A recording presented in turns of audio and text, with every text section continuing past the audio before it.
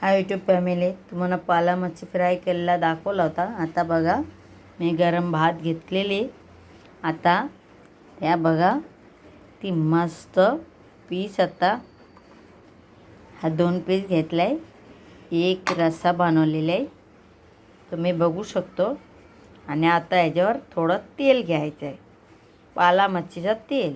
जे मच्छी फ्राय केला आहे ही मच्छीचा भातावर थोडासा तेल टाकायचा. हा बघा. आणि हे कशी खायचा ते पण दाखवतोय. हे बघा तेलाने कालवला त्याचा कलर कशी. आणि मच्छी थोडं तोडायचा बघू शकतो.